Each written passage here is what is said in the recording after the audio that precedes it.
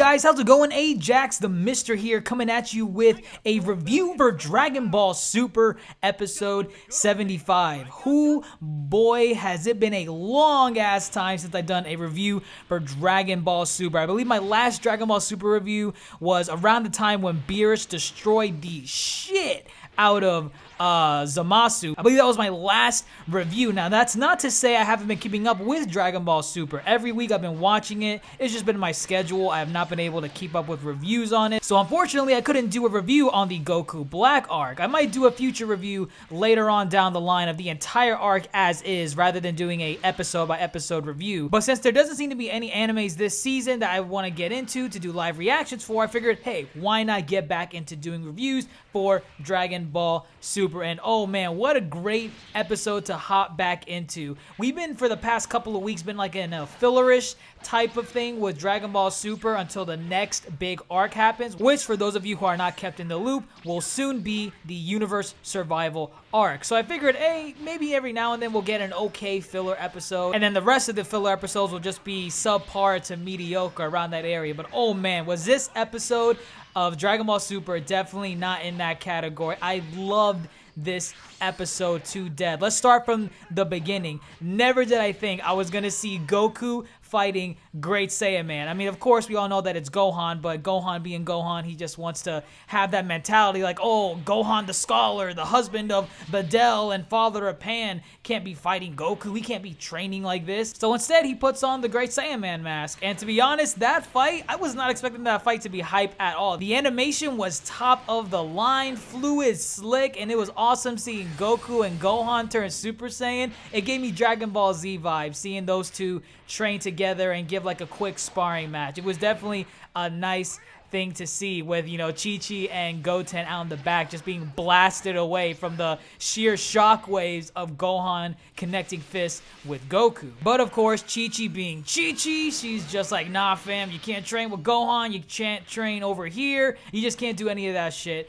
anymore around this area where you're growing, you know, your farm, your plants and all that crap. So Goku, not having any other options, like Vegeta doesn't want to train, like no one else wants to train with him, he goes to Krillin. And the one thing that I really liked about this episode of what they did with Krillin is that they didn't just do the typical like, oh, Goku comes over to Krillin, he's like, hey, want to train? And Krillin's like, yeah, man, why not? Let's do it, let's go. No, like Krillin at first is kind of reluctant to do the training because he knows who he is. He's Krillin, he's human. He is not going to put up that much of a fight with Goku. But then when this is brought up in front of Android 18 and his daughter Marin, and her wanting, like, you know, a stronger dad, she wants her dad to be like all buff and tough, she wants to look up to him, that was the motivation for Krillin to be like, yo, why am I like turning down a fight? Back then, way back then, I used to not turn down a fight. Like, I was scared shitless, and most of the time I would end up dying,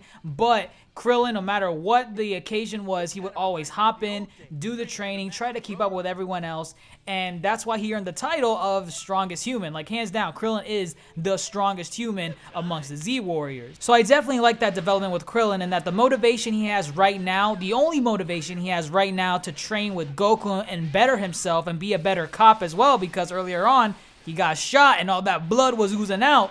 The reason why he's doing that is to be a better cop and also impress his daughter. So I definitely liked how they developed Krillin's character in that aspect. And then the second half of this episode, oh my god, was it oozing nostalgia from Dragon Ball. Like, if you were an OG Dragon Ball fan, I'm talking about when Goku was a kid fighting Demon King Piccolo, Red Ribbon Army, if you're from that era, you remember that stuff, this was an episode for you, because they were reminiscing about all the old days, and then Krillin coming to Master Roshi, offering him a pervy magazine. Like, that's how Krillin introduced himself to Roshi way back when in Dragon Ball, so that was definitely hilarious to see.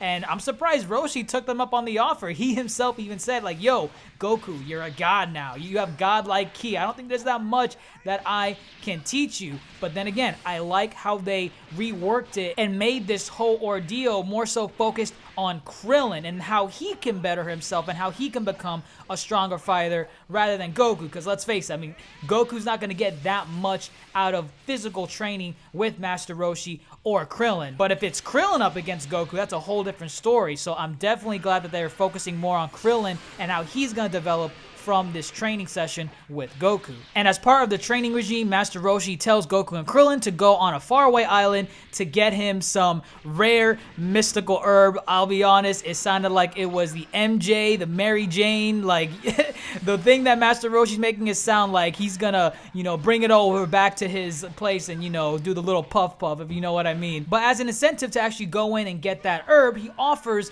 Goku and Krillin the opportunity to learn a super rare technique that will instantly boost their power. I'm calling BS on that department for Master Roshi. It's probably going to be one of those things where, like, the journey is more important than what I'm going to give you, or probably the Master Karen thing where, he had a super water on his lookout, and the only way to get the super water is if you got it from Karen, but the super water didn't really do anything for you. It was the training that you underwent to get the water from Karen that was the ultimate power that you would earn.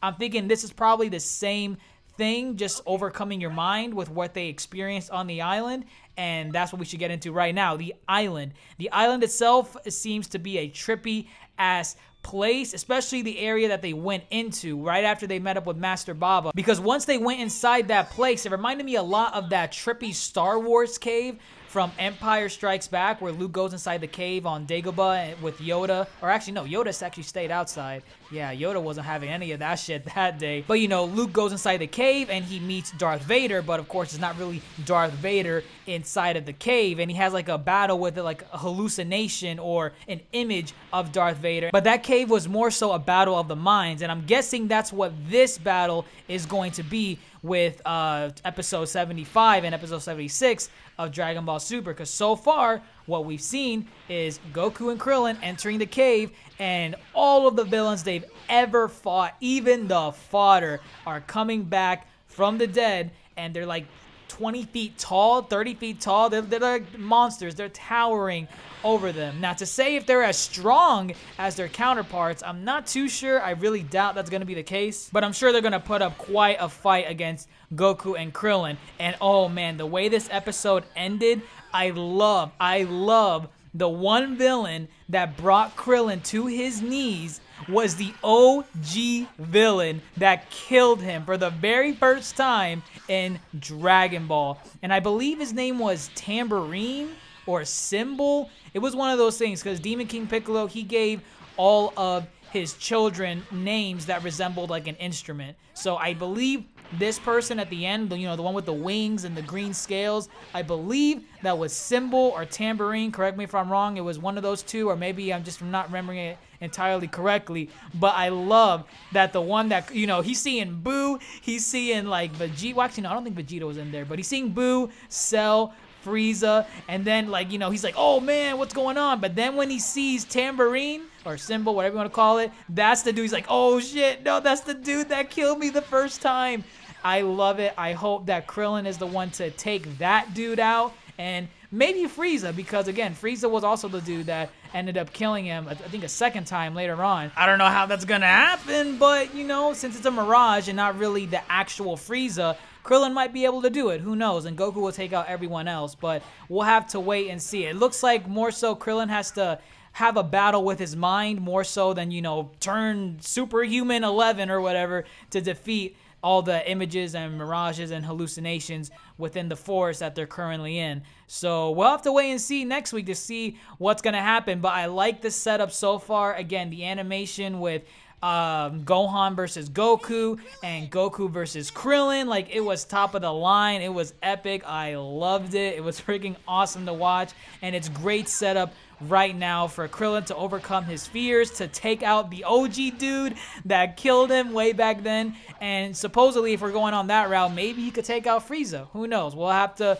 wait and see. But let me know what you thought of this episode in the comments below. Are you enjoying this episode? Are you going to enjoy the arc that we're currently in, the little mini arc of Goku and Krillin overcoming their fears and adversaries from past battles? Because it's looking pretty interesting. It could also be hella comedic if they start referencing stuff from the past, like, oh, Krillin, isn't that the dude that killed you? Oh, hold on, let me take care of it. Like, that would be mad hilarious. But again, let me know what you all thought of the episode in the comments below. But that's all that I have for you guys. If you enjoyed this video at all, or even this amazing episode of Dragon Ball Super, leave a thumbs up down below. It helps the channel a whole lot more than you know, and I would really, really greatly appreciate it. And if you haven't subscribed to my channel, click my face bubble right over here. You'll stay up to date with all my future videos and content. I would love you forever. Don't forget social media sites in the description box down below. Follow me in those as well to get more content when the video ends. I'm Ajax the Mister, and as always, folks, thanks for watching.